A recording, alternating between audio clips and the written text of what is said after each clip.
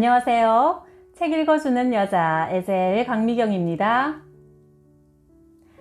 서울 봉신교회 김옥래 사모님께서 목회 현장에서 만난 여러 사연들을 해결해 주시면서 이렇게 말씀하시네요. 해결 방법이 바로 곁에 있는데 왜 포기하십니까? 우리 봉신교회 개척 초기에 50대 부인이 예배에 참석했는데 내 마음속에 성령께서 이런 감동을 주셨다. 이 사람은 내가 보낸 사람이니 그에게 가서 그를 위해 기도해 주어라. 처음 만난 사람에게 덥석 손을 잡고 기도해 주기가 용기가 나지 않아서 망설이는데 서너 번 계속 감동이 오기에 그분에게 다가가 기도해 드릴까요? 했더니 기도해 달라고 한다. 그래서 그의 등에 손을 가만히 대고 기도하는데 하나님께서 내 마음에 이런 음성을 주셨다. 너는 장로의 딸로서 어찌하여 오늘날까지 주일도 못 지키고 헌금 생활에도 인색하냐?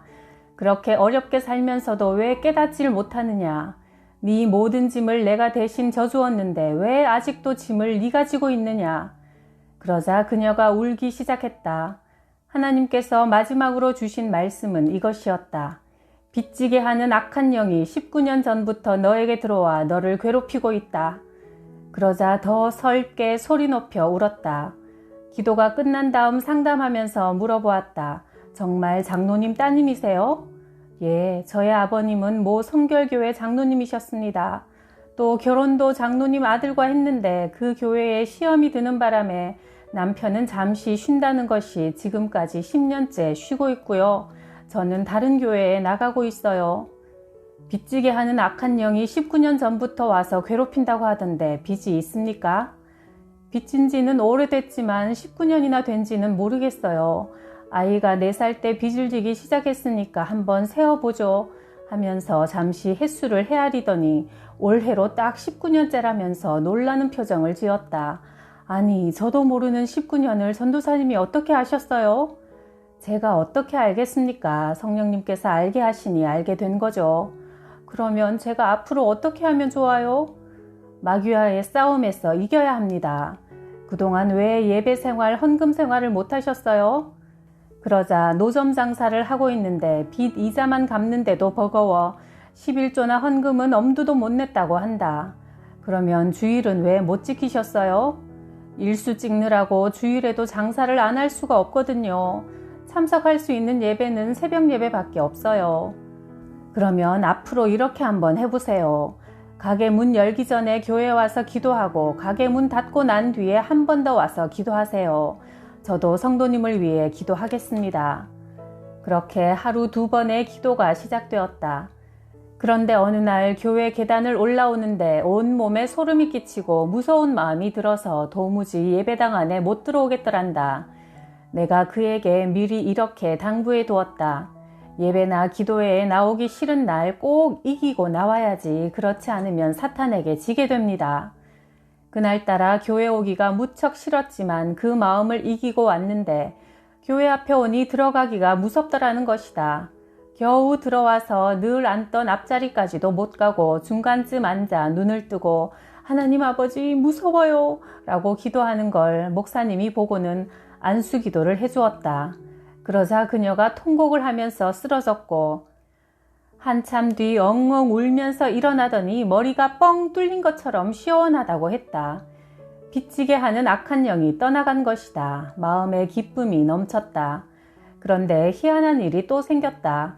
안수기도를 받고 장사를 하려 계단을 내려가는데 난데없이 안양으로 가라는 음성이 들리더란다. 누가 있나 해서 주위를 살펴봐도 아무도 없는데 그런 소리가 들려온 것이다. 그런데 마침 노점에 와 있던 시누이가 이렇게 말했다.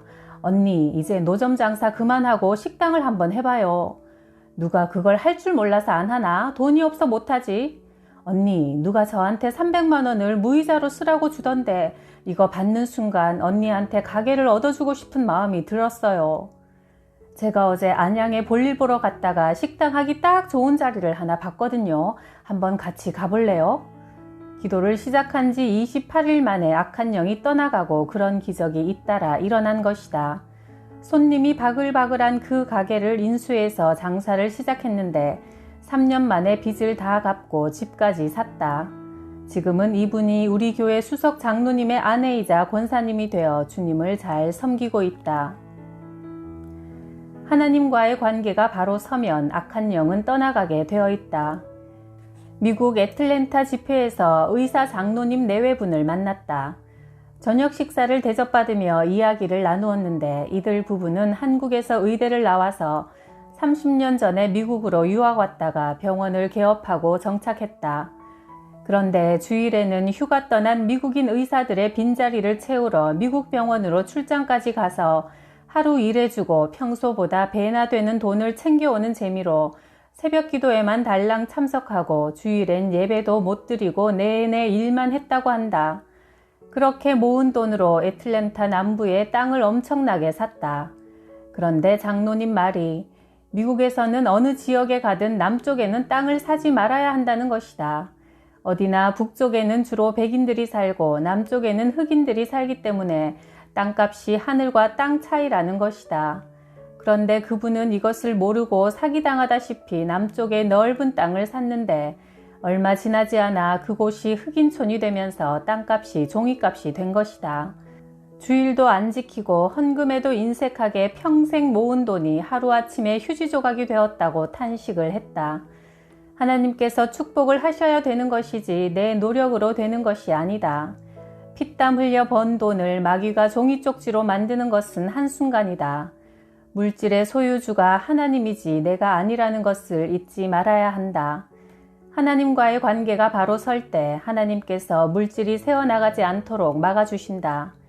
요한복음 10장 10절에서 예수님은 자신이 이 땅에 오신 목적에 대해 이렇게 말씀하셨다. 도둑이 오는 것은 도둑질하고 죽이고 멸망시키려는 것뿐이요.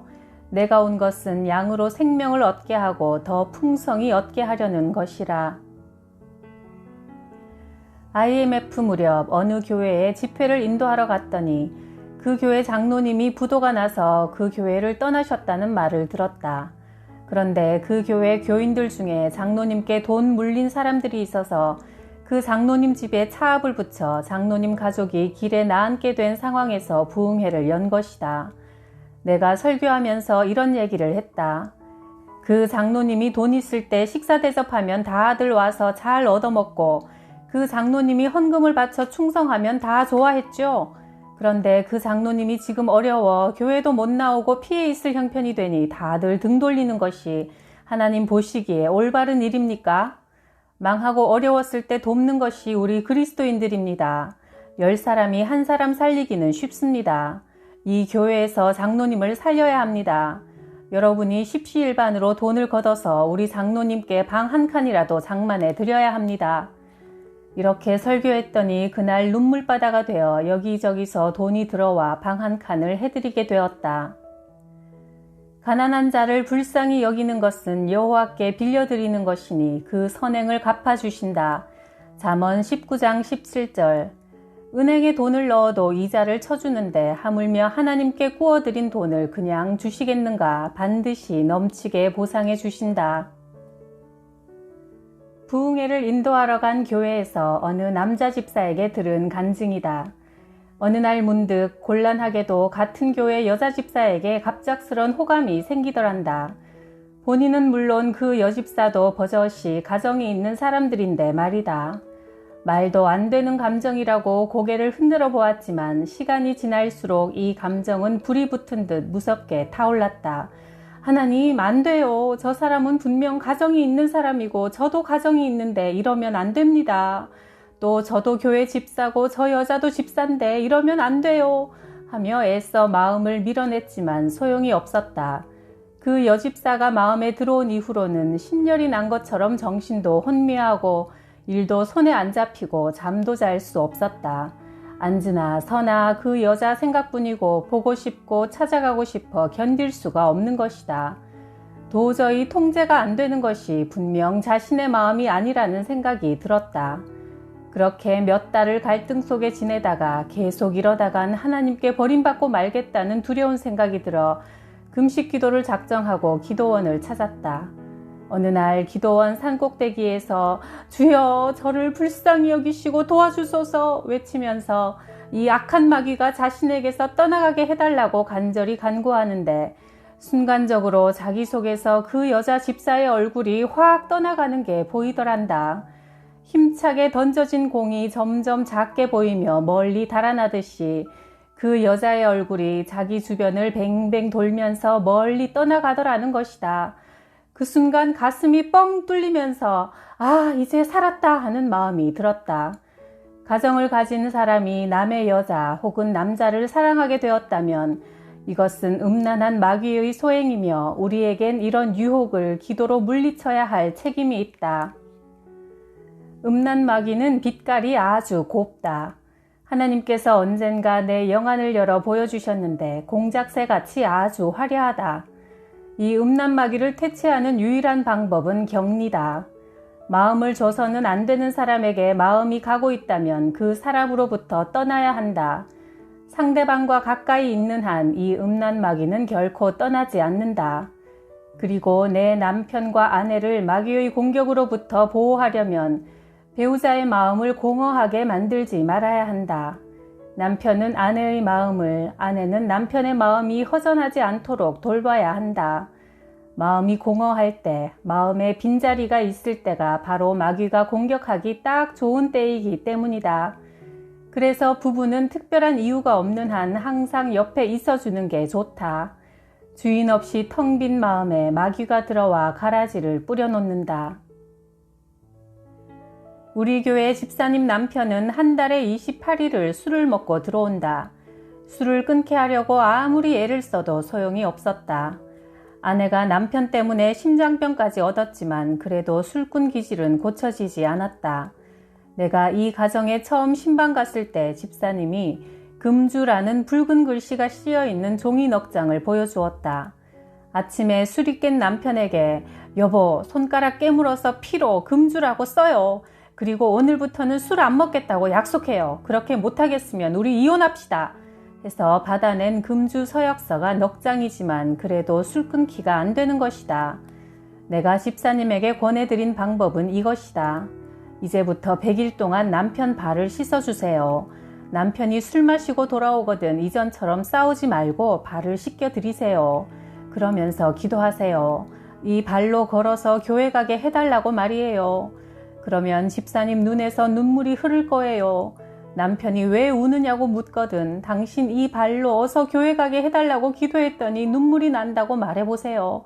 그러면 남편이 감동받고 예수를 믿을 거예요. 100일 동안만 그렇게 한번 해보세요. 전도사님, 술 퍼마시고 온 남편 발을 자존심 상해서 어떻게 씻어줘요? 집사님, 죽었다 생각하고 한번 해보세요. 그래서 큰 마음 먹고 남편 발을 씻어주기 시작했는데 어찌나 곤죽이 되어서 들어오던지 처음 몇 번은 집사님이 울면서 발을 씻어주어도 남편이 눈치채지 못하더란다. 그러던 어느 날도 훌쩍훌쩍 울면서 발을 씻고 있으려니까 남편이 왜 울어? 하더란다. 그래서 이때다 싶어 당신 이 발로 걸어서 교회 가게 해달라고 기도하니 눈물이 나네요. 하자 남편 왈 그래? 내가 교회 가는 게 그렇게 소원인가? 그러면 내일 새벽부터 갈까? 하더란다. 100일도 되기 전에 결국 이 남편이 교회에 나왔고 목사님의 안수를 새벽마다 받더니 어느 날 방언도 터졌다. 물질의 축복도 받아 11조를 한 번에 200만 원을 드리기도 하고 13년 동안 금주 혈서를 4번이나 써도 못 끊던 수를 하나님의 은혜로 뚝 끊게 되었다. 성령이 마음에 임해야 절제할 능력도 생긴다. 남편이 이런저런 일로 속을 썩일 때는 바가지를 긁어봐야 소용없다. 발을 씻어줘 보라. 예상치 못한 은혜가 임한다. 예수님이 왜 제자들의 발을 씻어주셨는지 직접 해보지 않고는 알 수 없다. 주이며 선생인 내가 너희의 발을 씻겨주었으니 너희도 서로 남의 발을 씻겨주어야 한다.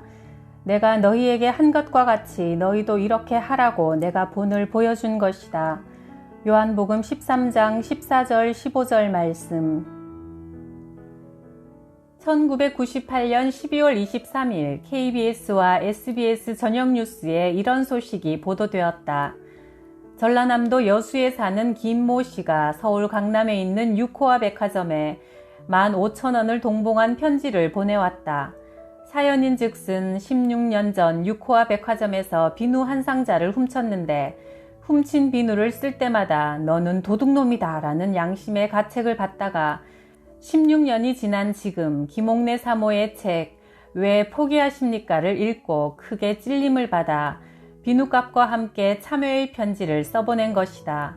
이 사건을 보도한 KBS 기자는 이것보다 더 큰 도둑질을 한 사람들은 떳떳이 거리를 활보하고 사는데 이분의 참여의 모습은 오늘 우리 시대에 큰 감동을 준다고 전했다. 내 고향은 충남 금산이다. 금산읍에서 여학교를 다녔고 금산 성결교회에 출석했다. 암기력이 뛰어난 편이라 노트 필기를 하지 않고도 수업 내용을 줄줄 외우니 담임선생님이 나만 보면 김옥래, 넌 여자 법관이 되거라 하고 말씀하셨다. 그래서 나도 한국 최초의 여성 판사인 황윤석 여사의 뒤를 이어 여성 법관이 되고 싶은 게 꿈이었다.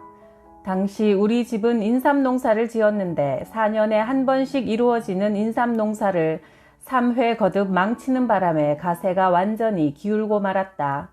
그래서 막내딸인 나는 감히 대학에 진학할 엄두를 낼 수 없는 형편이었다. 나는 절망의 깊은 수렁에 빠져 신경쇠약으로 불면의 밤이 계속되었다. 이명증세에 폐결핵, 위장병까지 겹쳐 죽고 싶은 마음만 날마다 더해갔다. 정말 죽기를 결심하고 수면제를 40알까지 모아두었던 어느 날 친구가 와서 내게 전도했다. 꼭 한 번만 같이 교회에 가보자고 하기에 못 이기는 척하고 금산 성결교회를 찾았다. 2년 후 세례를 받고 중고등부 교사 및 찬양대 봉사를 시작했다. 하지만 그때까지도 예수님을 만나지는 못했다. 당시 여름이면 교인 전체가 일주일 내내 대둔산 일출봉 높은 안반에서 산기도를 드리곤 했다. 그해 여름 나도 그 산기도에 참석하게 되었는데 박윤희 목사님이 이런 얘기를 하셨다. 김 선생, 여기까지 왔으니 하나님 꼭 만나고 가. 어떻게 해야 만나는데요? 회개해야 만나지. 회개는 어떻게 해야 하는 거죠? 비빔밥 회개만 하지 않으면 돼. 내 모든 죄를 용서해 주소서라고 뭉뚱그려 대충 하는 회개가 비빔밥 회개야. 그렇게 기도하지 말고 죄를 낱낱이 고백하라고. 그래야 하나님을 만날 수 있어. 목사님의 조언대로 하려고 해도 도무지 죄가 생각나지 않았다. 하나님, 제 죄를 좀 생각나게 해주세요 하며 한참 애를 태우고 있는데 어느 순간 내 앞에 30인치 칼라 TV 화면이 나타나면서 단발머리를 한 조그마한 여자아이가 메뚜기를 잡다 말고 남의 밭에 가서 물을 뽑아 껍질을 벗겨가며 맛있게 뜯어먹는 장면이 보였다. 한 장면이 지나면 또 다른 장면이 나타나는 것이 마치 내 과거의 죄들을 비디오로 촬영해 놓은 것 같았다. 얼마나 두렵던지 꿇고 있던 무릎이 굳어버리는 것만 같았다. 아버지, 어떻게 해요? 저는 이 죄 때문에 지옥 갈 수밖에 없습니다. 하나님, 어떻게 해요? 라는 말만 끊임없이 계속 나왔다. 수고하고 무거운 짐진 자들아, 다 내게로 오라. 내가 너희를 쉬게 하리라 하신 예수님의 말씀에서 이 짐이 인생의 짐인 줄만 알았지 죄짐인 줄은 몰랐어요. 내 죄짐이 얼마나 크고 무거운지 나 혼자서는 감당할 길이 없어 보였다. 한참을 울면서 기도하고 있는데 갑자기 눈앞에 피 묻은 손이 보였다. 순간 이건 예수님의 손이다 라는 느낌이 왔다. 눈을 확 뜨고 보니 손을 내밀면 닿을 정도로 가까이에 십자가에 달려 계신 주님의 모습이 보였다. 이마에선 검붉은 피가 뚝뚝 떨어지는데 그 피를 보는 순간 얼굴을 가리고 비명을 질렀다. 두려워서 도저히 주님의 피 묻은 얼굴을 볼 수가 없었다. 그때까지도 예수님을 십자가에 못 박은 것은 로마 군병이며 모든 인류의 죄라고 생각했지 나 개인의 죄가 예수님을 십자가에 못 박았다고는 한 번도 생각해보지 못했다. 그런데 하나님의 빛 가운데 드러나 보니 분명 내 죄가 예수를 십자가에 못 박았다고 고백하지 않을 수가 없었다. 내 죄가 주님을 반복하는데 갑자기 뱃속에서부터 뭔가 확 치밀고 올라오는 듯한 느낌이 들더니 눈물샘이 터져 몇 시간을 통곡했다. 주님 감사합니다. 내 죄짐을 해결해 주시고 나 같은 죄인을 용서해 주셔서 감사합니다. 그 고백을 드리는 순간 놀라운 일이 벌어졌다. 몇 년 동안 신경쇠약으로 자고 일어나면 머리가 몇백 근이나 되는 듯 무거웠는데 감사합니다 라고 고백하는 그 순간 그 엄청난 무게가 떨어져 나갔다. 얼마나 시원하고 신기하던지 머리를 흔들어 보았다.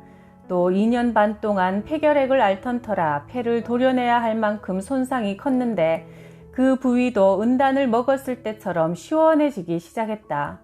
폐 부위에 느껴지던 시원함이 이번엔 물조차 소화 못 시키던 위에까지 전해졌다. 두통, 폐결핵, 위장병 3가지가 한꺼번에 고침받은 것이다. 그러나 병든 마음이 치료된 것에 비하면 육신의 병을 고침받은 것은 아무것도 아니었다. 나는 정말 오랜 세월 절망이라는 마음의 병을 알아오던 사람이었다. 매일 죽고 싶었다. 살아야 할 이유가 없었고 산다는 것의 의미를 찾을 수 없었다.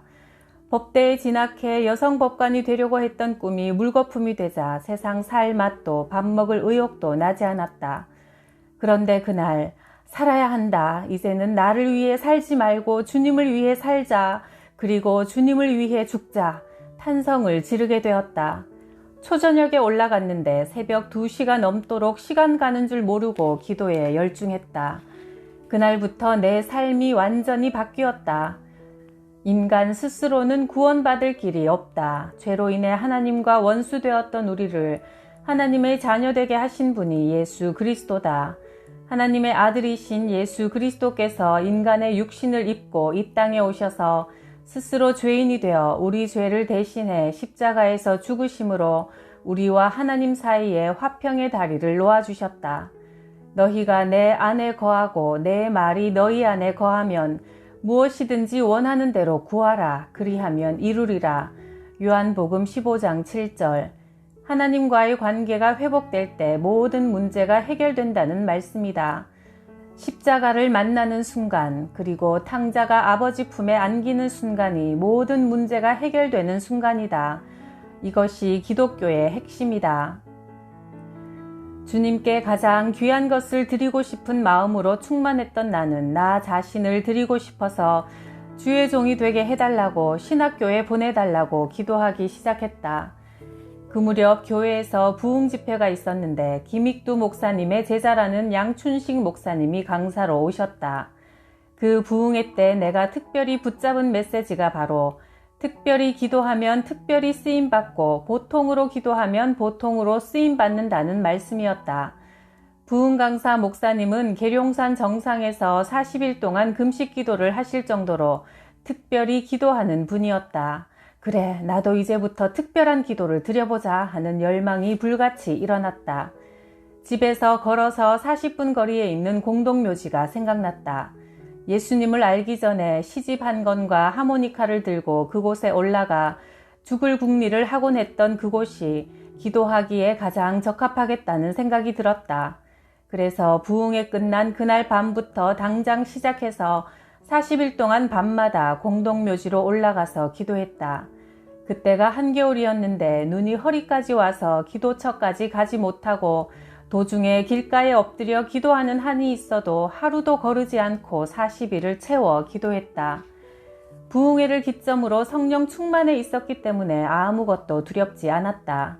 그런데 공동묘지 기도를 시작한 지 일주일째 되었을 때 기도를 하는데 회개의 열매를 맺으라 하는 소리가 천둥같이 큰 음성으로 들려와 깜짝 놀랐다. 하나님, 저는 회개를 했는데 회개의 열매는 무엇입니까? 사람과 얽힌 것은 사람과 풀고 물질로 얽힌 것은 물질로 풀어라.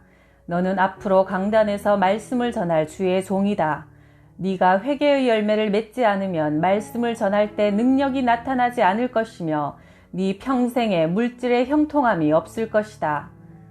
사람과 얽힌 것은 사람과 풀라는 말씀을 듣는 순간 하도 미워서 3년 동안이나 말을 안 하고 지낸 동네 아주머니가 뇌리에 번쩍 떠올랐다.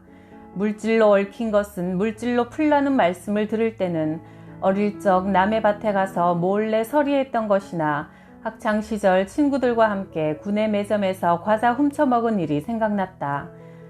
당시엔 장난기로 한 일이었지만 지나고 보니 모두 도둑질이었다. 얼른 갚아야 할 돈을 집에 내려와서 하나하나 계산해보니 자그마치 1,300원. 그 당시 물가로는 쌀 반가마 값이었다. 하나님, 제겐 이런 큰 돈이 없습니다. 그렇게 3일을 기도하자 하나님께서 내 손에 1,300원을 쥐어주셨고 그 돈으로 갚을 수 있는 곳은 갚고 갚기 어려운 곳은 대신 교회에 헌금으로 드렸다. 3년 동안 미워서 말도 안 한 아주머니에게 그 다음날 당장 찾아가서 용서를 빌었다. 흥미로운 것은 내가 이렇게 얽힌 것을 다 풀고 나니 부모님이 마침내 신학교에 입학하는 것을 허락해 주셨고 그때부터 내 길이 열리기 시작했다. 내가 신학교를 간다고 하니 교회 성도들이 한 분, 두 분 봉투를 건네주며 격려해 주셔서 한 학기 기숙사비와 등록금을 대고도 남는 돈이 모아졌다. 그 이후 강단에 서서 말씀을 전할 때마다 성령께서 나와 함께 하시는 것을 몸으로 느낄 수 있었다. 인천 어느 교회에서 내가 집회를 인도할 때 이 간증을 전했다. 그 교회에 교복 전문점을 운영하는 권사님이 계셨는데 이 교회의 어느 집사님이 20년 전 그 교복집에서 일을 도와주다가 돈 10,000원을 몰래 꺼내간 적이 있었나 보다. 이 설교를 듣고는 마음이 뜨거워서 견딜 수 없었던 이 집사님이 20년 전에 10,000원을 100,000원으로 계산해서 그 권사님을 찾아갔다. 권사님, 지난 20년 동안 이 돈 10,000원 때문에 제가 얼마나 괴로웠는지 아십니까? 그동안 저는 권사님 얼굴을 똑바로 볼 수가 없었습니다. 권사님을 뵐 때마다 가슴이 철렁철렁 내려앉았습니다. 잘못을 빌고 싶었지만 용기가 안 났습니다. 그런데 오늘 성령님께서 용기를 주셨습니다. 지난 20년간 이 일만 생각하면 제 마음이 마치 지옥처럼 자유함이 없었는데 성령께서 내게 빚을 갚고 자유함을 얻을 용기를 주신 거예요. 죄를 짓는 자는 마귀에게 속하나니 마귀는 처음부터 범죄함이라. 하나님의 아들이 나타나신 것은 마귀의 일을 멸하려 하심이라. 요한일서 3장 8절. 죄와 마귀는 항상 연결돼 있다. 범죄하는 그 순간부터 마귀의 공격이 시작된다. 따라서 죄에서 벗어날 때 마귀에게서도 벗어날 수 있다. 집회를 하면서 보면 마귀가 가장 많이 떠나갈 때가 바로 사람들이 회개할 때다. 울산에 가서 집회할 때 어느 분이 나를 찾아오셨다. 저는 전직 초등학교 교사입니다. 65세에 정년퇴직을 하고 지금은 저희 교회 유치원장으로 일하고 있습니다. 이렇게 전도사님을 찾아온 것은 고백드릴 말씀이 있어서입니다. 제가 학교에 있을 때 학교 물건을 방학 때 잠깐 저희 집에 갖다 놓은 적이 있습니다. 그런데 새로운 학기가 시작되어도 학교에 다시 갖다 놓고 싶지가 않았습니다. 물건에 욕심이 생겼기 때문이죠. 그런데 그것을 볼 때마다 이건 네 것이 아니야, 학교 물건이지 하는 양심의 가책이 있었지만 나중엔 갖다 놓을 용기가 나지 않았습니다. 그렇게 세월이 흘러 퇴직을 했는데 그 뒤로 어려움이 생기거나 문제가 안 풀릴 때마다 혹시 이것 때문이 아닌가 하는 생각이 들어 무척 고민했습니다. 그런데 오늘 설교 말씀을 듣고 과거의 빚을 갚기로 마음먹었고 그래서 이렇게 은행에서 100만 원을 찾아왔습니다. 직접 강대상에 올려놓고 싶지만 뒤통수가 부끄러워 그렇게는 못하겠고 전도사님께 대신 부탁드리려고 이렇게 가져왔습니다. 그러면서 가방에서 100만 원이 든 봉투를 꺼내는데 갑자기 으악! 비명을 지르며 나가 떨어지는 거다. 너무 갑작스럽게 일어난 돌발 사태라 내가 기도해드리고 나서 어디 편찮으시냐고 물으니 하시는 말씀이 뒤통수가 뻥 뚫린 것처럼 시원하다는 것이다. 고혈압과 당뇨로 오랫동안 고생하던 분이었는데 그 순간 성령의 치유가 임한 것이다. 하나님께서 내 병을 낫게 하셨어요 하며 막 우셨다. 봉투를 꺼내놓는 순간 마귀가 떠나가고 병까지 치유받은 것이다. 그 후 4년 만에 다시 그 교회에서 부흥회를 인도했는데 그 권사님은 그때 하나님께 치유받은 이후로 고혈압과 당뇨가 재발하지 않았다고 간증했다. 황수관 박사님에게 들은 말인데 사람이 죄를 짓고 마음에 두려움이 있으면 세포가 망가지지만 회개하여 자유함을 얻으면 그 망가진 세포가 정상세포로 회복이 된단다. 또한 누구를 미워하면 세포가 망가지지만 용서하면 다시 정상세포로 회복이 된다고 한다. 그 이유가 무엇이겠는가? 악한 영이 떠나가기 때문이다. 충남 서천 어느 교회에서 집회할 때 도자기 공장에 다니는 집사님의 고백이다. 그릇을 만들다가 욕심이 날 정도로 예쁜 그릇이 나오면 공장에서 일하는 사람들이 서로에게 이렇게 말한다고 한다. 야, 이거 너무 이쁘다. 이거 집에 하나 가져가지 그래? 예쁘다고 자기만 하나씩 챙겨가면 도둑질한 것이 되니까 서로 상대방에게 하나씩 가져가라고 권하는 것이다. 그렇게 가져온 도자기를 차곡차곡 모아보니 어느새 꽤 많은 분량이 되었다. 쌓여가는 그릇을 볼 때마다 이제 다시는 안 가져와야지 마음을 먹어보지만 그러면서도 또 갖다 놓고 그렇게 죄가 점점 쌓여가더란다. 그 그릇으로 밥도 먹고 국도 먹었는데 어느 때부턴가 이상하게 아들놈이 자꾸 비뚤어지는데 이유를 모르겠더란다. 그런데 내 설교를 들으면서 이런 생각이 들었다고 한다. 어미가 훔친 밥그릇으로 아들에게 밥을 담아 먹였으니 아이가 올바로 자랄 수 있겠는가? 그래서 집에 있는 그릇들을 당장 싸가지고 도자기 공장 사장에게 갖다 주면서 이렇게 고백했다. 죄송합니다. 예수 믿는다는 집사가 이런 못된 짓을 했습니다. 이 그릇들 때문에 그동안 제 마음이 얼마나 괴로웠는지 모릅니다. 그런데 이번 부흥회 때 설교를 들으면서 이것이 큰 죄라는 것을 깨닫고 이렇게 가져왔습니다. 그런데 뜻밖에도 사장이 이렇게 말했다. 나는 불교 신자인데 그러고 보니 아줌마가 진짜 예수쟁이네요. 우리 공장에 권사 집사라는 분들이 많이 와서 일했지만 아줌마처럼 가져간 그릇을 다시 가져온 사람은 한 사람도 없었어요. 이왕 가져오신 거니까 이건 제가 받겠습니다. 그 대신 도자기 세트를 선물로 드릴 테니 그 부흥 강사님께 갖다 드리세요. 나는 받은 도자기를 다시 그 교회 사모님께 드리고 왔다. 죄의 뿌리가 뽑혀야 산다. 근본적인 변화는 그 후에야 나타난다. 쓰레기가 있는 한 새앙쥐가 항상 쓰레기통으로 들어올 수밖에 없다. 그러나 쓰레기통을 깨끗하게 해놓으면 아무것도 드나들지 않는다.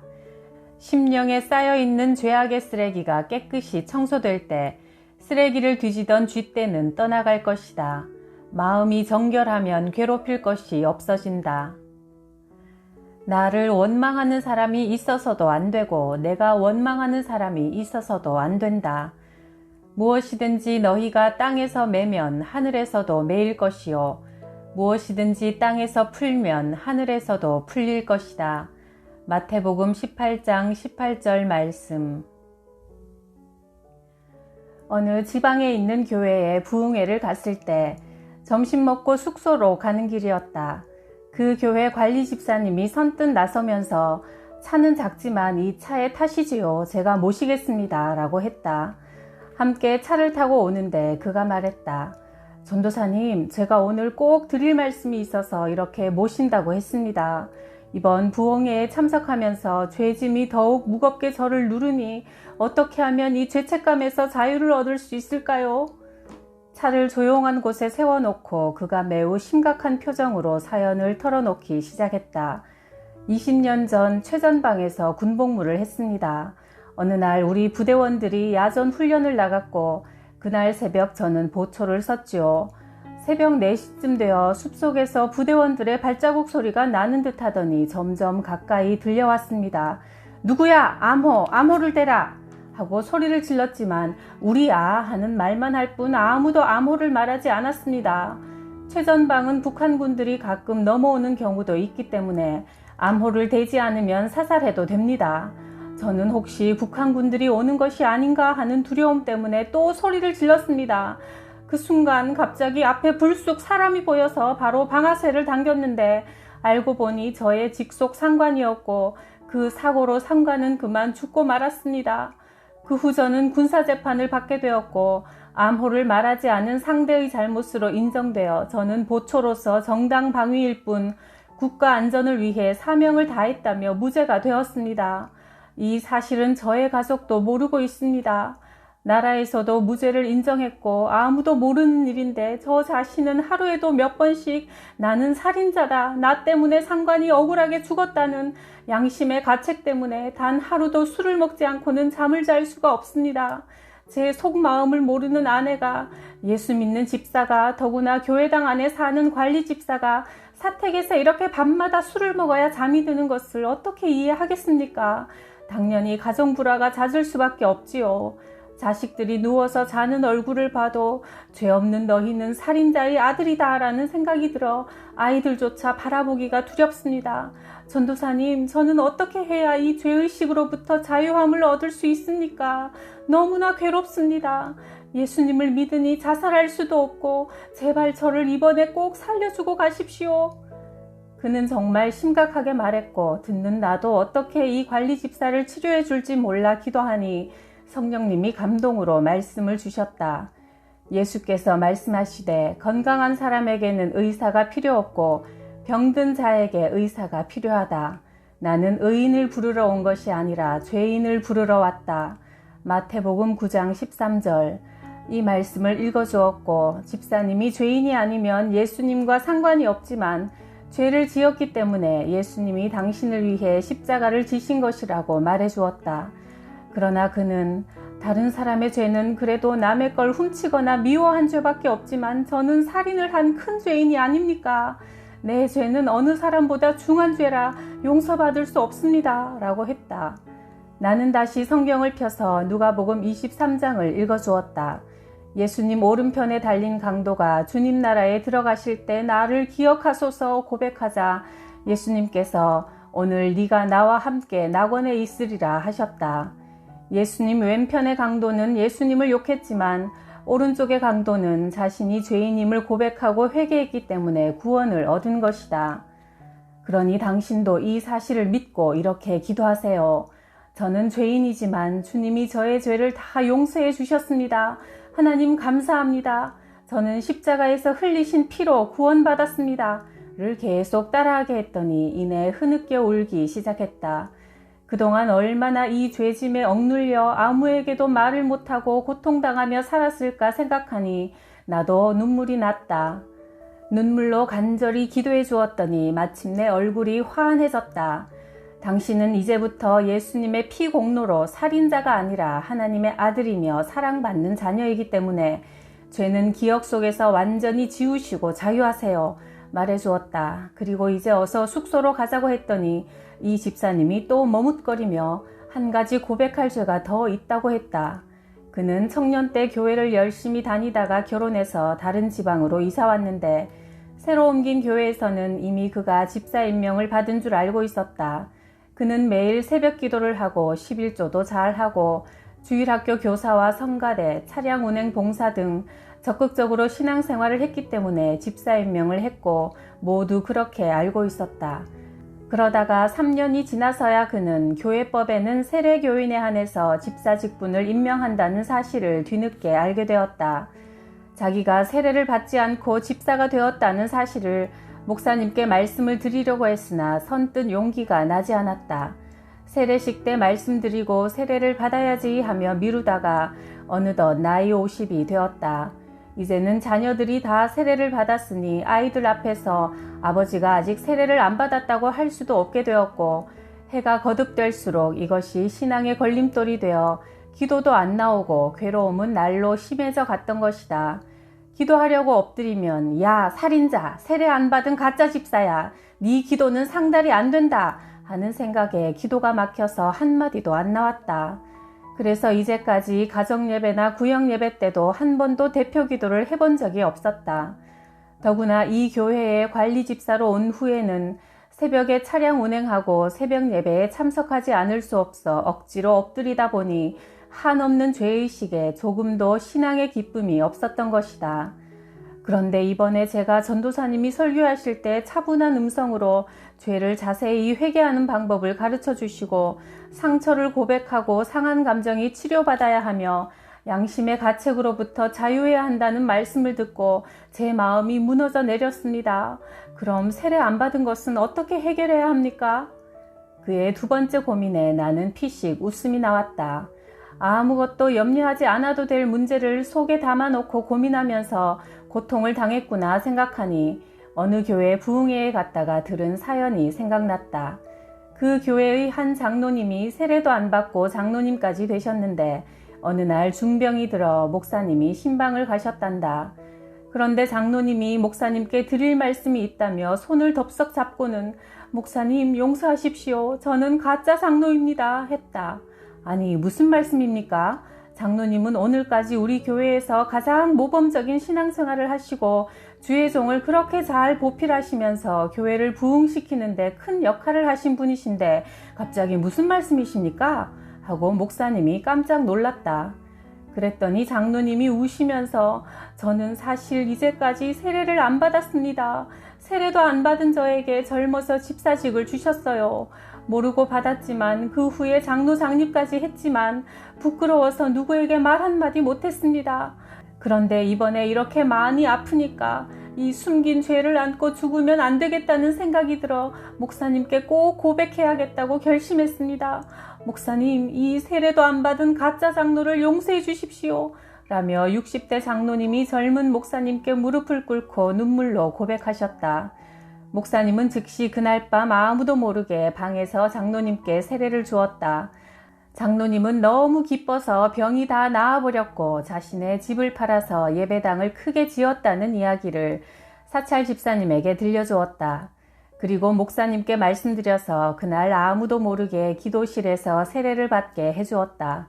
그 목사님은 안타까워하며 말했다. 왜 진작 이야기를 하지 않았습니까? 간단히 해결될 문제를 아무것도 아닌 일을 숨겨놓았기 때문에 마귀가 그것을 미끼 삼아 너는 가짜 집사라고 오랫동안 속여온 것이 아닙니까?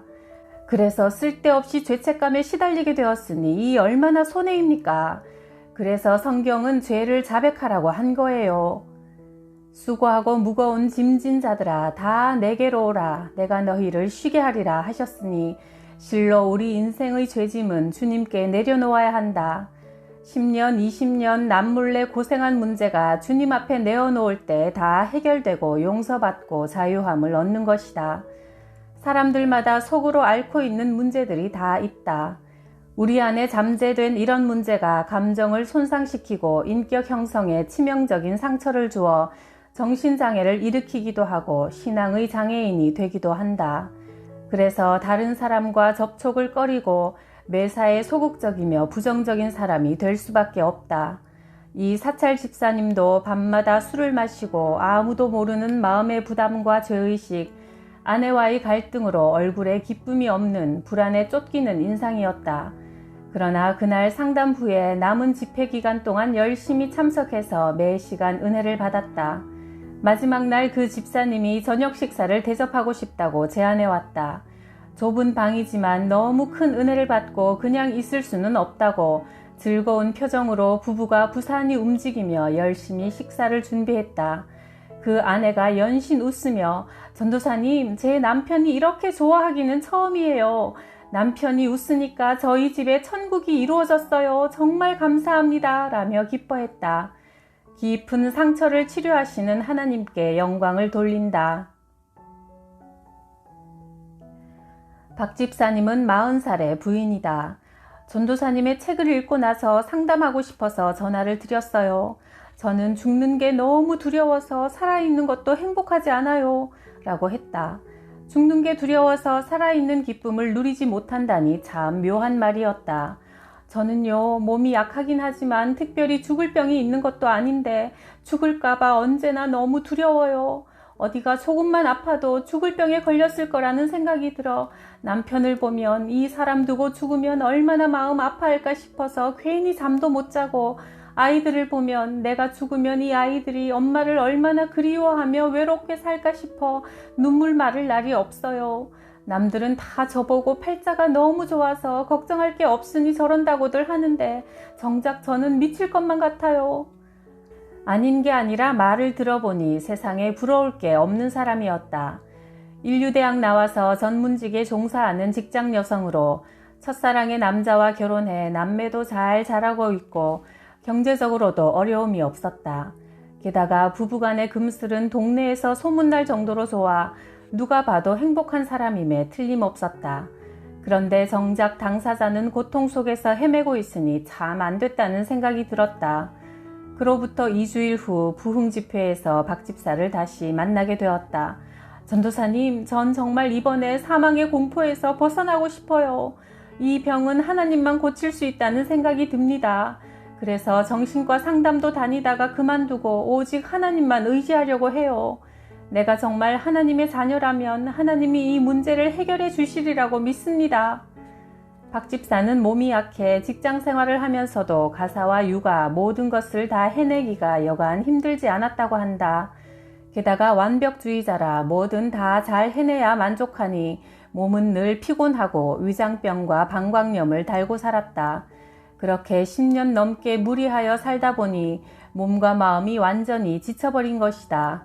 그러던 중 몸이 여기저기 아프자 이 검사 저 검사 받으면서 죽음에 대한 공포가 점점 더 심해졌다. 죽을까봐 두려운 나머지 자살해버리고 싶을 때도 있었다고 한다. 몸과 마음이 다 망가지고 있음을 직감한 박 집사는 결단을 내렸다. 모두들 그렇게 아까운 직장을 왜 그만두냐고 야단이었지만 절대절명의 위기라는 생각에 과감히 사표를 냈다. 그 후 쉬면서 정신과 상담도 받아봤지만 박 집사는 이 병은 하나님과 관계를 회복해야만 치유될 수 있는 영적인 병이라는 생각이 들어 정신과 진료를 그만두었다. 그러던 중 내 첫 책 왜 포기하십니까를 읽은 것이다. 나는 우선 하나님과의 관계를 바로잡는 것이 그 병을 치유하는 기본이며 둘째로 혹시 죽음과 관련된 상처가 있다면 반드시 치료되어야 하며 마지막으로 육신의 건강이 영적인 건강과도 직결되니 일단 잘 먹고 무리하지 말고 적당한 운동을 하는 것이 필요하다고 일러주었다. 부흥회에 그녀는 친정 언니와 함께 열심히 나와서 은혜를 받고 갔다. 그 후 2년 동안 그녀는 기도와 말씀 묵상을 통해 개인적으로 하나님을 만났고 심지어는 하나님만 바라보고 하나님을 알게 하신 계기가 사망의 공포 때문이었다며 그런 병을 주신 하나님께 감사한다는 고백을 할 정도로 믿음이 성숙해졌다. 그럼에도 불구하고 몸만 약해지면 불안과 공포가 슬그머니 다시 찾아오니 상담을 하는 중에 그녀의 두려움의 근원을 찾게 되었다. 의식의 표면에서는 잊혀졌지만 내면 깊숙한 곳에서 항상 그녀의 목을 조이고 있던 기억이 떠오른 것이다. 고등학교 때 혼자 집에 있는데 어떤 미친 사람이 들어와서 소리를 지르며 행패를 부린 적이 있었다. 저는 오직 살기 위해서 옆 건물 2층 옥상으로 뛰어내렸어요. 그런데 그 사람이 또 그쪽으로 올라오고 있는 거예요. 다행히 사람들이 올라와서 그 사람을 데려갔고 물탱크 틈새에 숨어있던 그녀는 무사했지만 그 짧은 10여 분의 시간이 그녀에겐 초죽음이 될 정도로 엄청난 고통을 주었던 것이다.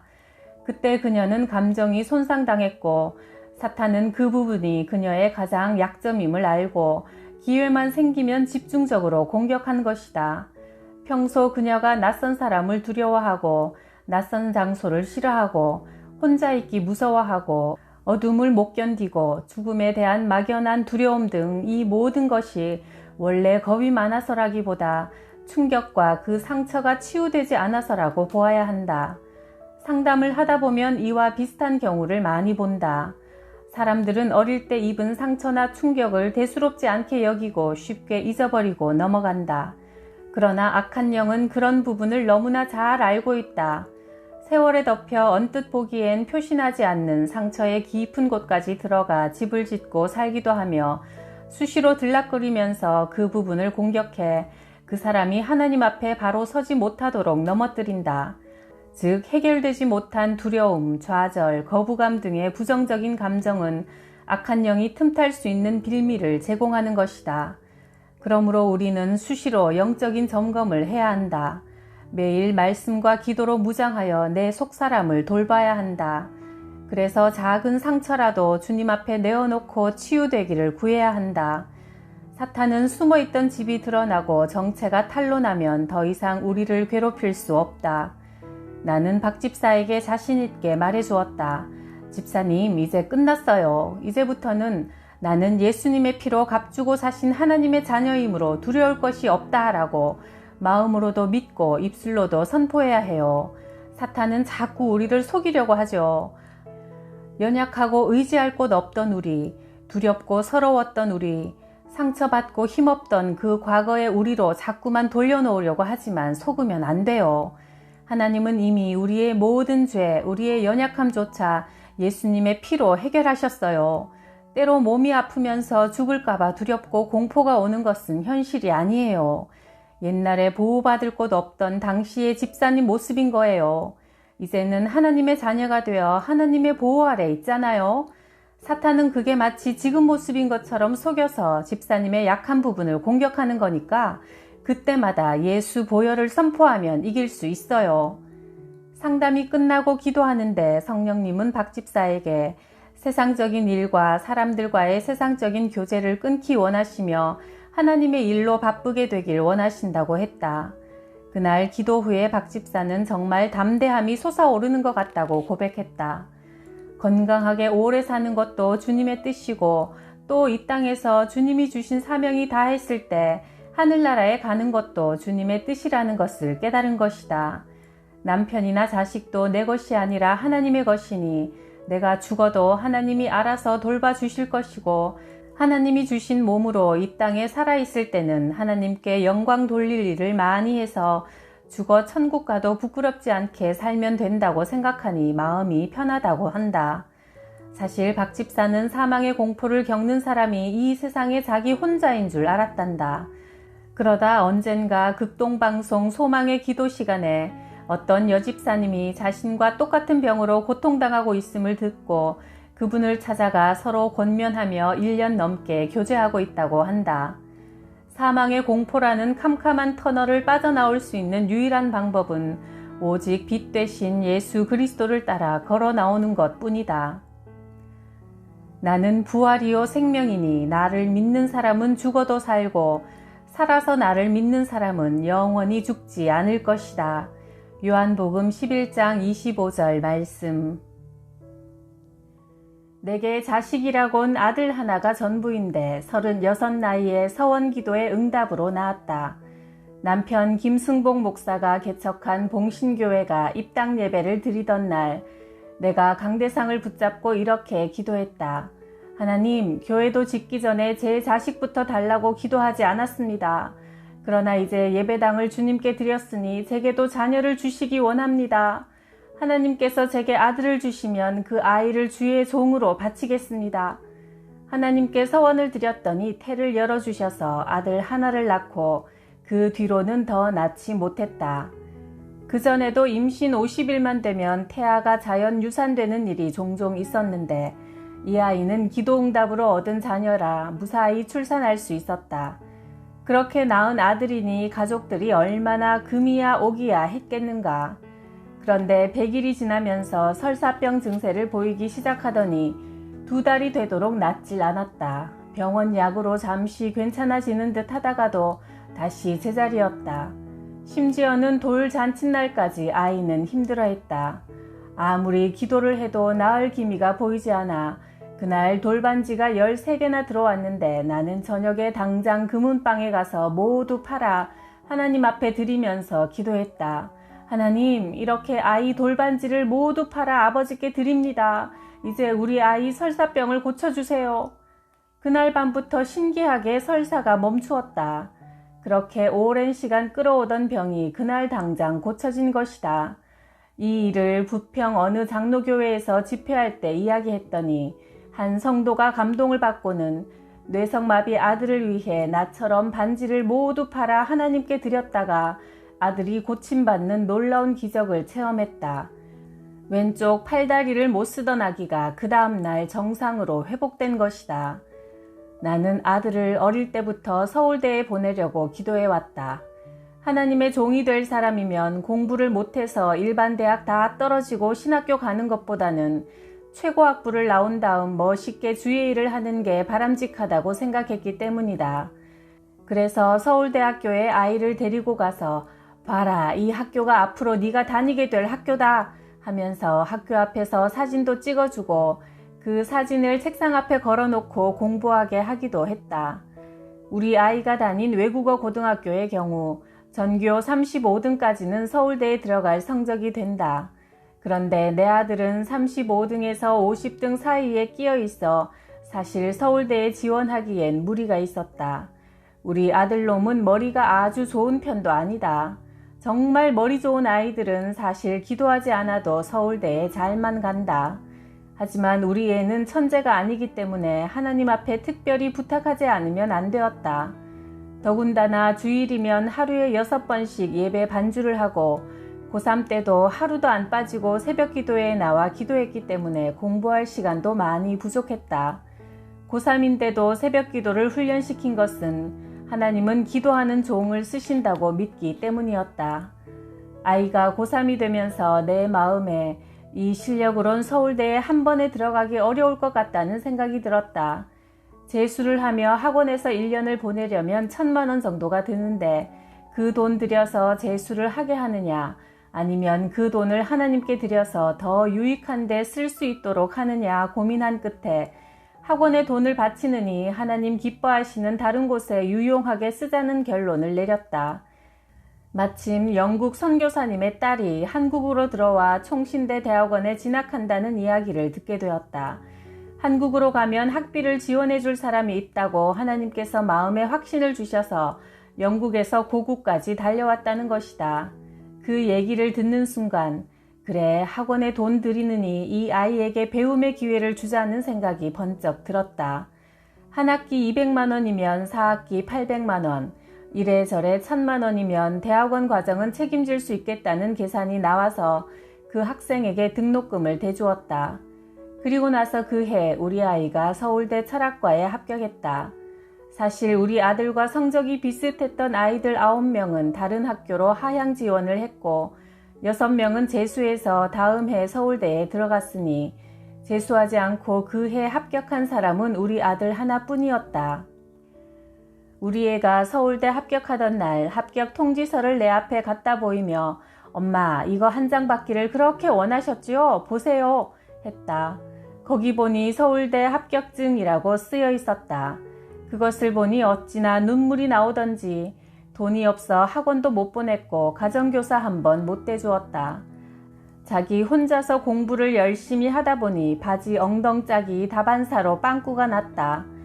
그렇게 공부하고 새벽마다 기도하고 주일에 봉사해서 서울대학에 붙으니 얼마나 감사하던지 하나님 감사합니다 하며 감사기도를 드리는데 이런 음성이 들려왔다.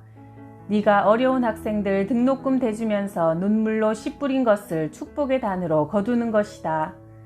내 자식 위해서 못 쓰고 남의 자식 등록금 대준 것, 눈물로 씨 뿌린 것을 기쁨의 단으로 돌려받게 된 것이다. 나는 이때 깨달았다. 눈물로 씨를 뿌린다는 것은 내 쓸 것 다 쓰고 먹을 것 다 먹고 남아서 주는 것이 아니다. 내 자식 못 먹이고 못 쓰면서 남의 자식 가르치는 것이 눈물로 씨를 뿌리는 것이다. 당신도 하나님 앞에서 이런 결단을 한번 해보길 바란다. 나도 일생 동안 어려운 학생 몇 명을 돕겠다. 정말 어려운 교회 몇 개를 돕겠다. 어려운 선교사님들 몇 분을 후원하겠다. 이런 축복의 그릇이 준비될 때 그 그릇에 넘치도록 복을 부어주시는 것이 하나님의 방법이다. 내 힘으론 더 이상 손을 쓸 방법이 없을 때 그때는 마지막 방법으로 서원이나 감사를 하나님 앞에 드려서 하나님을 기쁘시게 해드리기 바란다.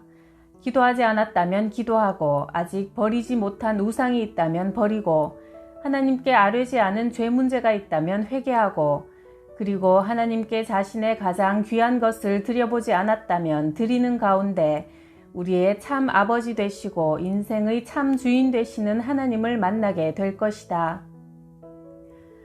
아이가 6살 때 언니네 집에 갔다 오는데 애가 이렇게 말했다. 엄마, 나 기도 응답 받았어. 변신 로봇을 사고 싶어서 한 달 동안 기도했거든. 그런데 이모가 돈 5,000원을 주셨으니까 이걸로 사면 되지? 왜 한 달 동안이나 기도했으면서 엄마한테 돈 달라 소리를 안 했어? 엄마는 돈이 없잖아. 우리가 교회를 개척하고 어찌나 어렵게 살았던지 6살짜리가 돈 없는 것을 눈치채고 한 달 동안 기도만 했다는 것이다. 애가 신나게 장난감 가게로 달려가서 아줌마 변신 로봇 얼마예요? 라고 물으니 8,000원이라고 했다. 내가 8,000원을 꺼내주면서 이걸로 사 하는 순간 문득 우리 교회의 끼니를 걱정하는 집사님 얼굴이 스쳐 지나가는 거다. 8,000원으로 그 집사님 댁에 쌀을 사다 주면 며칠 동안 마음 놓고 밥을 먹을 텐데 내 아이는 장난감을 사주고 그 집사님은 밥을 굶길래? 이런 마음이 들었다. 그래서 내가 아들에게 돈을 건네주면서 이렇게 얘기했다. 정준아, 우리 어떻게 이 돈을 쓰면 하나님께서 기뻐하실까 한번 생각을 해보고 쓰자. 이 돈 8,000원이면 우리 교회 밥 굶는 집사님 쌀을 사다 줄 수 있어. 그러면 그분이 며칠 동안 밥을 배불리 먹을 수 있는데 너는 장난감 사주면 3일은 재미있게 놀다가 장난감 상자에 집어넣고 쳐다보지도 않더라. 너 스스로 결정해. 엄마는 네가 하자는 대로 할게. 그랬더니 이 꼬맹이가 갑자기 심각해지는데 내 안에서 모성이 끓어올라 눈물이 나왔다. 어린 것이 얼마나 갖고 싶으면 한 달을 기도했을까. 그렇게 간절한 아들의 꿈을 깨고 가난한 교인을 돕는다는 것이 내 모성은 허락하지 않았다. 네가 뭐 그렇게 의로운 사람이라고 어린 것에 꿈을 꺾냐? 그래서 내가 속으로 이 녀석이 장난감을 사달라고 졸랐으면 좋겠다고 생각하는데 아들이 환히 웃으며 이렇게 말했다. 엄마, 나 결정했어. 이거 하나님이 기뻐하시는 쪽으로 돈 쓰자. 아들의 이 말을 듣고 내 속이 마구 쓰라렸다. 그래서 이렇게 말했다. 아니야, 로봇 사고 싶으면 사도 돼. 그랬더니 아이는 300원짜리 플라스틱 칼을 가지고 나오면서 엄마, 이거면 됐어 한다. 그리고 그 돈을 아이가 보는 데서 집사님 돕는 일에 썼고 그 후로 아이도 나도 그 일은 잊어버렸다. 아들이 커서 대학 1학년 때 뉴질랜드 어학연수를 갔다가 45일 만에 집에 오게 되었다. 내가 부흥회를 갔다 오니 나를 끌어안고는 이런 말을 했다. 엄마, 되게 보고 싶더라. 우리 엄마같이 좋은 사람은 없는 것 같아. 그런데 엄마 생각나? 우리 엄마 참 지독한 엄마였지? 뭐가 지독했는데? 나 6살 때 변신 로봇 사려고 한 달 동안 기도했는데 엄마가 그 돈을 가난한 사람 도와준다고 뺏어갔잖아. 내가 그때 얼마나 그 장난감이 갖고 싶었는지 알아? 나는 그걸 여태껏 못 가져봤어. 어떤 때는 지금도 그걸 갖고 싶다, 엄마. 그래서 내가 이렇게 말했다. 정준아, 애미가 못나서 너 사고 싶은 건 마음껏 못 사줬으니까 이 다음에 네가 자식 나오면 마음껏 다 사주고 마음껏 길러. 그랬더니 또 이런다. 아니야, 나는 엄마 같은 엄마가 좋아. 나도 우리 아들 낳으면 엄마같이 기를 거야. 엄마가 나 어렸을 때 이렇게 가르쳤거든. 너무 만족해버리면 훌륭한 사람 못 된다고 말이야. 엄마가 너무 가난해서 나는 우리 엄마를 어떻게 해야 행복하게 해줄까 늘 생각했어. 그래서 엄마를 행복하게 해주려고 그렇게 열심히 공부했던 거야. 한 번은 이런 일도 있었다. 내가 1년에 52주 내내 부흥회를 인도하러 다녔는데 아들이 대입 시험을 치르던 주말은 집에 있기로 오래전부터 마음먹고 있었다. 단 일주일이라도 아이에게 따뜻한 밥을 직접 지어 먹이면서 어미 노릇을 좀 해보기로 한 것이다. 그런데 잘 알고 지내던 강원도 사모님에게서 전화가 왔다. 요즘 저희 교회에 이래저래 어려움이 많네요. 와서 부흥회 좀 해주세요. 그 주간은 못 가요. 우리 아들 대학 시험 보는 주간이라 그 일주일만이라도 내가 옆에 있어주면서 밥이라도 지어 먹여야죠. 그랬더니 이 사모님이 저희 교회 부흥회 해주시면 아들이 대학에 붙을 텐데요. 하는 게 아닌가. 그래서 하나님 어떻게 하면 좋겠습니까? 주의 종이 주의 일을 해야지요. 아들은 하나님께 맡깁니다. 제가 밥 한 끼 더 해준다고 해서 떨어질 애가 붙고 붙을 애가 떨어지겠습니까? 하고는 주일부터 수요일 밤까지 그 교회에 가서 집회하고 시험 당일인 목요일 새벽에 집에 도착해서 아들 밥을 지어 먹이고 시험장으로 보냈다. 그렇게 했어도 하나님이 붙여주시니까 붙은 것이다. 내가 아는 어느 집사님은 아들을 그렇게 교회 보내라고 사정해도 주일에 특별 과외가 있어 안 된다며 끝까지 아들을 교회에 보내지 않았다. 인류 강사에게 한 과목당 수백만 원씩 주면서 과외를 시키는데 그 선생이 주일밖에 시간이 안 나기 때문에 어쩔 수 없다는 것이다. 집사님, 대학에 붙게 하시는 분은 하나님이세요. 자녀에게 주일날 하나님께 예배드리는 법을 가르치셔야지 이게 뭡니까? 결국 그 아이는 공부를 잘 했는데도 여기저기 다 떨어지고 제일 안전책으로 하향 지원한 대학에 붙었다. 나중에는 이 집사님이 이런 원망을 했다. 제가 우리 아이를 위해 그렇게 기도하고 특별 헌금도 했는데 왜 결과가 이것밖에 안 됩니까? 그래서 내가 말했다. 집사님, 주일에는 하나님 앞에 온전히 예배드리는 것이 인생의 최우선 순위입니다. 하나님과의 관계가 바로 되어야 한다. 삶의 채널이 하나님께 맞춰져야 한다. 그럴 때 인생 문제는 하나님께서 풀어가신다. 사람마다 제각각 다른 모양의 우상들을 섬기고 있지만 어머니들 중에는 알게 모르게 자식이 우상인 분들이 많다. 혹시 자녀 이름으로 하나님께 헌금 드려본 적이 있는가? 자녀의 생일 때마다 감사 헌금을 드리는가? 혹시 자녀들을 학원에 보내고 있는가? 자녀를 학원에 보내려면 한 달에 몇만 원이라도 드려야 한다. 그런데 문제는 자식을 하나님께 부탁한다고 하면서도 전혀 대접을 해드리지 않는다는 것이다. 하나님을 학원 원장만큼도 대접하지 않으면서 하나님, 우리 아이에게 총명과 건강을 주세요 라고 맨입으로 구한다. 나는 아들 첫돌을 지내놓고 부흥사가 되었기 때문에 아이를 직접 키울 새가 없었다. 아이가 초등학교 입학할 무렵이 되니 은근히 걱정이 되었다. 다른 엄마들처럼 학교에 데려다 주지도 못하고 숙제를 봐줄 틈도 없었다. 그저 의지할 분은 하나님 한 분밖에 없어 매 학기 초마다 특별 헌금을 준비해서 하나님께 드리며 이렇게 기도했다. 하나님, 우리 아이가 좋은 담임 선생님과 좋은 친구들을 만날 수 있게 해주세요. 또 학교 생활을 기쁨으로 할 수 있게 돌봐주세요. 특별 헌금의 액수는 한 학기 동안의 학원비에 상응하는 정도로 계산해서 드렸다. 그렇게 하나님께 맡기고 학교를 보냈더니 초등학교 1학년 때는 장로 며느님이 담임 선생님이 되고 2학년, 3학년, 4학년 때도 성령 충만한 집사님이 담임 선생님이 되는 등 믿음 좋은 선생님들을 계속 만나게 되었다. 아이도 학교 생활에 잘 적응해서 반장 노릇도 하고 곧잘 상도 받아왔다. 아이가 일기장에 나는 이 다음에 커서 목사가 되겠다고 써서 선생님이 우리 아이만 보면 김 목사님, 이 다음에 꼭 빌리 그레함 같은 목사님이 되셔 하고 말씀을 해주시는 바람에 아이도 신이 나서 학교 생활을 했다. 나는 하나님께서 손수 내 자식놈을 키워주시는 것을 체험했다.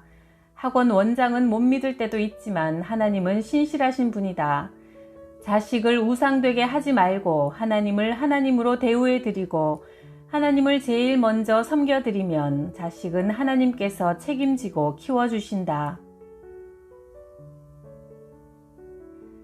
삶의 우선순위를 잘 정하고 사는 것이 참 중요한 것 같아요. 저도 언젠가 기도원에 갔다가 강남 대치동에 사시는 권사님 한 분을 만났거든요. 얼굴에 수심이 가득해서 이런 간증을 하셨습니다. 딸을 고3 때 한 해 동안만 교회를 쉬어라 하고는 학원에만 보내셨대요. 그런데 돈만 잔뜩 들어가고 원하던 대학에는 떨어지고 그렇게 믿음 좋던 애가 믿음도 다 잃어버리고 게다가 자폐증에 걸려서 방 안에 틀어박혀서 나오질 않는다면서 너무 속이 상해서 하나님께 회개기도 드리러 왔다고 하시는 이야기를 들었습니다. 하나님을 1번, 자식을 2번으로 삼을 때 하나님께는 영광을 돌리고 부모에게 기쁨이 되는 자녀로 키워주실 줄 믿습니다.